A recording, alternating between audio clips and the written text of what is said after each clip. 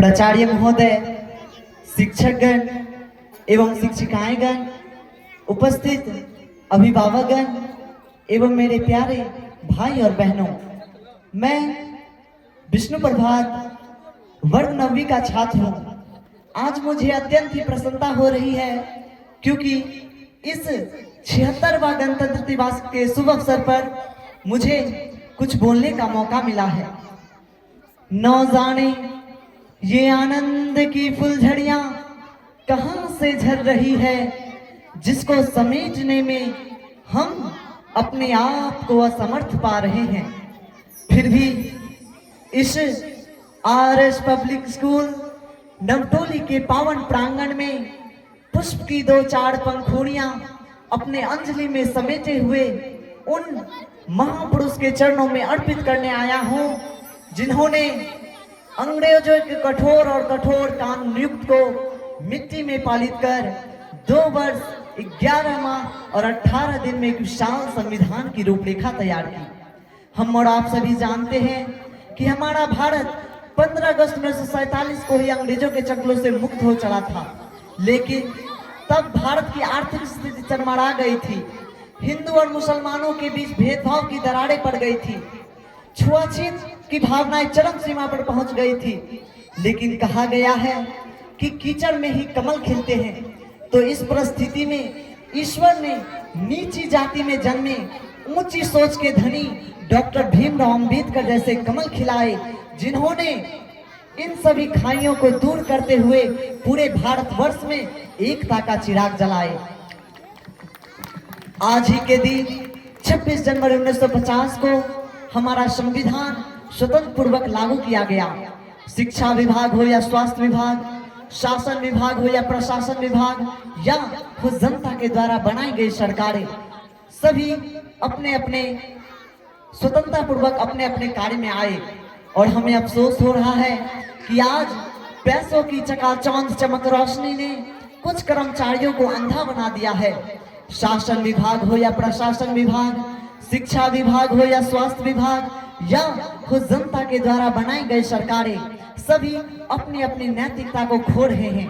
आज इन सभी चीजों से निकलने की जरूरत है, बल्कि मेरे विचारों में यदि कोई व्यक्ति अपना काम पूरी ईमानदारी, पूरी मेहनत और पूरी लगन से करे तो वही सबसे बड़ा देशभक्त है। मैं नहीं मानता कि फेसबुक और व्हाट्सएप के डीपी को 3 रंगों में रंगना ही देशभक्ति है। यदि आप कहेंगे कि साल में हाथ में 2 बार तिरंगा ले लेना देशभक्ति है, तो मैं पूछना चाहता हूं कि फुटपाथ पे रहने वाला वो बच्चा ट्रैफिक की छांव में नंगे पांव में जब तिरंगा बेच रहा होता है, तो क्या आप उसे उसकी देशभक्ति कहेंगे? ये उसकी देशभक्ति नहीं, बल्कि उसकी पेट की भूख की शक्ति है जो उसे ऐसा करने पर मजबूर करता है। क्योंकि ना हम मस्जिद को जानते हैं, ना शिवालय को जानते हैं, ना हम मस्जिद को जानते हैं, ना शिवालय को जानते हैं। जो पेट के भूखे होते हैं ना, वो सिर्फ भोजन के निवालों को जानते हैं, वो सिर्फ भोजन के निवालों को जानते हैं। अपने परिवार, अपने समाज, अपने देश के लिए समर्पण का भाव है देशभक्ति। हर एक देशद्रोही के जीवन में आने वाला तूफान है हमारी सच्ची देशभक्ति, ताकि हर एक देशद्रोही यह समझ सके कि अगर तू परिंदा है तो ये आसमान तेरा है, अगर तू परिंदा है तो ये आसमान तेरा है, अगर तू दरिंदा है तो ये शमशान तेरा है। भाईचारा से रहना है तो रह इस जमीन पर, वरना ये कब्र भी तेरी है और यही कब्रिस्तान भी तेरा है और यही कब्रिस्तान भी तेरा है। लेकिन एक देशद्रोही से ज्यादा देशभक्ति तब हटाता है जब कोई बेटा अपने बूढ़े माँ बाप को वृद्धाश्रम की चौखट पर छोड़ आता है। करा उठती है वो देशभक्ति जब मुसीबत में फंसे लोगों को जान बचाने से ज्यादा हम सेल्फी लेकर अपने लाइक को बढ़ाने में लगे रहते हैं। आज के इस दौर में वो युवा जिनके ऊपर जिम्मेदारी थी अपने देश, अपने समाज, अपने राष्ट्र की आशाओं को बांधे रखने की, और वही युवा 4x4 इंच की छोटी सी स्क्रीन पर अपने कोमल उंगलियों के घर से मारने अपने भावनाओं की इमोजी भेज रहा है। 4 बोतल वोट का, काम मेरा रोज का, ये भारत का भविष्य तबाह कर रखा है। हम ना एक ऐसे समाज में जीते हैं जहां पत्थर के मूरत को लगते हैं 56 भोग और भूखे नंगे तरफते सो जाते हैं लोग, भूखे नंगे तरफते सो जाते हैं लोग। मजदूर को मजदूर समझिए, मजबूर नहीं। गरीब को काम दीजिए, दान नहीं। और अगर दान देने की चुक है तो जीते जी रक्त दान दीजिए और मरने के बाद अंग दान देकर किसी मरते हुए को जीवन दान दीजिए। यही सच्ची देशभक्ति और यही सच्चा राष्ट्र प्रेम है। ना सरकार मेरी है न रब मेरा है, ना सरकार मेरी है न रब मेरा है और ना ही ये बड़ा सा नाम मेरा है। बस इतनी सी बात का गुरूर है मुझे कि मैं भारत का हूँ और ये भारत मेरा है और ये भारत मेरा है। परंतु मुझे समाज में एक विचारिक बीमारी नजर आता है। कहा जाता है हम दुनिया के सबसे बड़े लोकतंत्र में आते हैं, जहां हिंदू पैदा होते हैं, मुस्लिम पैदा होते हैं, सिख ईसाई भी पैदा होते हैं, पर बदकिस्मती है अब इंसान पैदा नहीं होते। परंतु मेरे विचारों में ना हिंदू की जरूरत है ना मुसलमान की, ना हिंदू की जरूरत है ना मुसलमान की। राष्ट्र निर्माण के लिए बस केवल अच्छे इंसान की जरूरत है, बस केवल अच्छे इंसान की जरूरत है।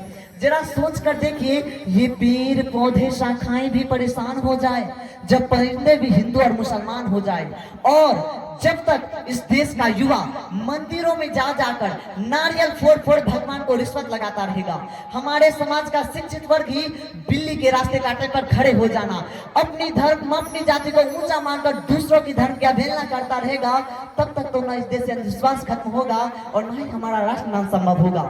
हमारी संस्कृति हमारी सभ्यता को दुनिया ने शीश नवाया है तो क्यों हमने आस्था के नाम पर अंधविश्वास फैलाया है। और असल मायने में हमारा राष्ट्र निर्माण तब संभव होगा जब इस देश में महिलाओं की पूजा नहीं बल्कि उनकी इज्जत की जाएगी। हमारा राष्ट्र निर्माण तब संभव होगा जब स्वच्छ अभियान में केवल सरकार नहीं बल्कि सड़क पर चलने वाला हर एक व्यक्ति हाथ बटाएगा, स्वच्छ भारत को दिल से अपनाएगा। और असल मायने में हमारा राष्ट्र निर्माण तब संभव होगा जब एक नागरिक नैतिक रूप से सतीन, चारित्रिक रूप से भ्रष्ट, मानसिक रूप से दिवालिया, नैतिक रूप से अंधा, राजनीतिक रूप से गंदा, स्वच्छ मान मूल्यों के आकरों में चिन्ह चिन्ह पाए बंधमय अखंड भारत को खंड खंड करता रहेगा, तब तक तो न इस देश से अंधविश्वास खत्म होगा और न ही हमारा राष्ट्र निर्माण संभव होगा। बड़ी बड़ी बातें नहीं, छोटी छोटी कोशिशें करनी होंगी, क्योंकि ठोकरें हमें पहाड़ों से नहीं पत्थरों से लगा करती है। और मैं भारत के बेटा इस जगह पर पूरे जिम्मेदारी के साथ यह कहता हूं कि हमारा राष्ट्र निर्माण तब संभव होगा जब हम सब मिलकर, हम सब मिलकर प्रयास करेंगे, क्योंकि इस देश की जिम्मेदारी नहीं है हमें आगे ले जाने की, बल्कि हमारी जिम्मेदारी अपने देश को आगे ले जाने की, अपने वतन को आगे ले जाने की, अपने राष्ट्र को आगे ले जाने की। अंत में मैं बस यही कहूंगा, हमारा हिंदुस्तान महान था, महान है, महान रहेगा। हमारा हिंदुस्तान महान था, महान है, महान रहेगा।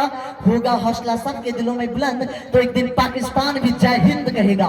पाकिस्तान ही क्यों, सारा जहान जय हिंद कहेगा, क्योंकि सारे जहां से अच्छा हिंदू सीता हमारा, हम बुलबुले हैं इसकी, ये गुलसिता हमारा, ये गुलसिता हमारा। जय हिंद, वंदे मातरम। बहुत खुशी